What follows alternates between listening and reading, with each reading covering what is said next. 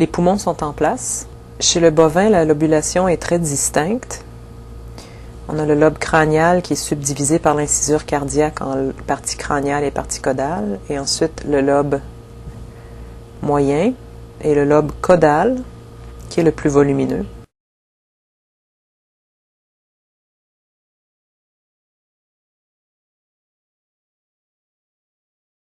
Dans le lobe crânial, on voit l'entrée de la bronche trachéale lobaire.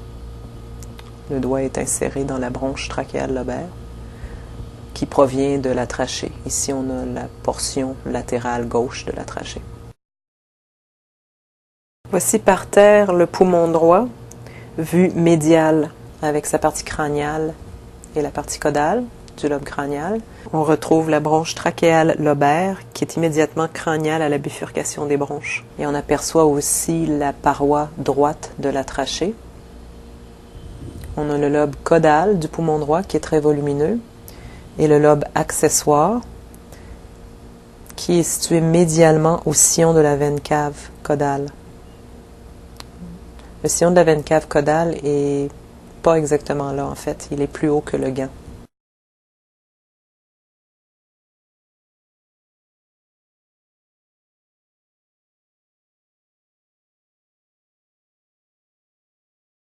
Après avoir enlevé le poumon de la cavité thoracique, on aperçoit la trachée.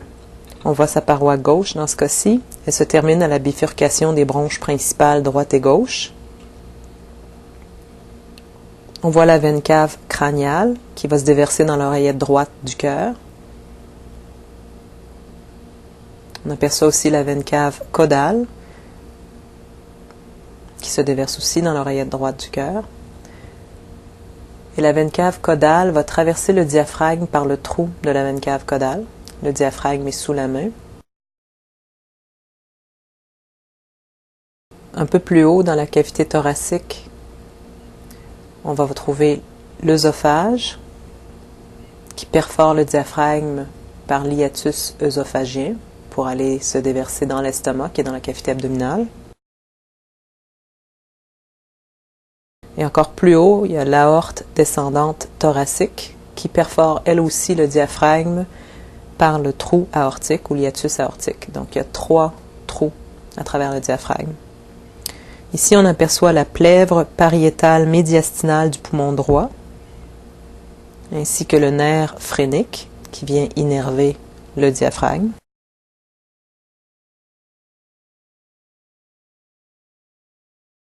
Du côté gauche, maintenant, de la cavité thoracique, le poumon est divisé en 2 lobes. Un lobe crânial, une partie crâniale et une partie caudale. Et maintenant, on voit le lobe caudal du poumon. Le lobe crânial est subdivisé par l'échancrure cardiaque, ou l'incisure cardiaque, en partie crâniale et partie caudale. Voici l'incisure cardiaque. Le cœur ici est recouvert de la plèvre pariétale médiastinale du poumon gauche, ainsi que du péricarde fibreux.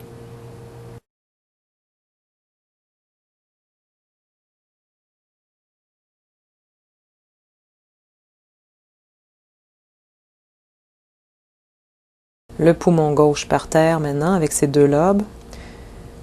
On le voit de son côté latéral. Voilà le lobe crânial et le lobe caudal.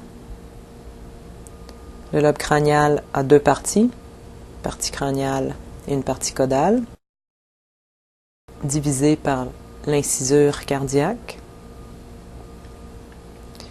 Et le poumon est recouvert d'une plèvre viscérale qui adhère fortement au poumon.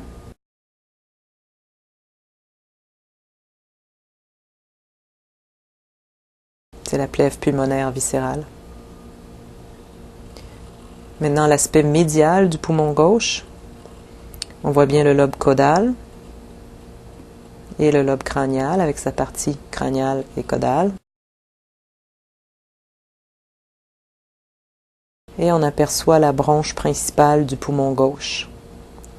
Chez le bovin, il y a 3 bronches, donc la bronche trachéale lobaire, puis les 2 bronches principales.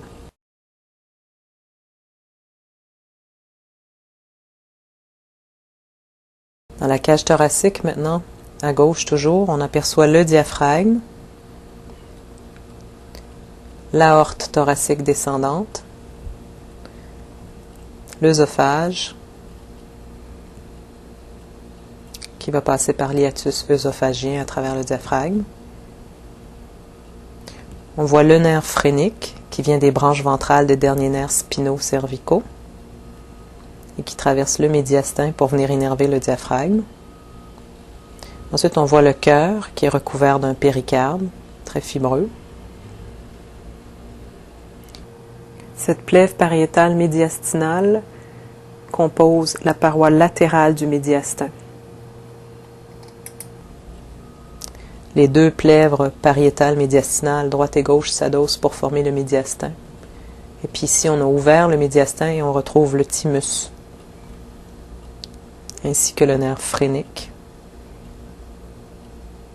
Le nerf phrénique qui innerve le diaphragme. Et on voit dorsalement la veine azygos gauche qui vient se déverser dans le sinus coronaire, puis dans l'oreillette droite.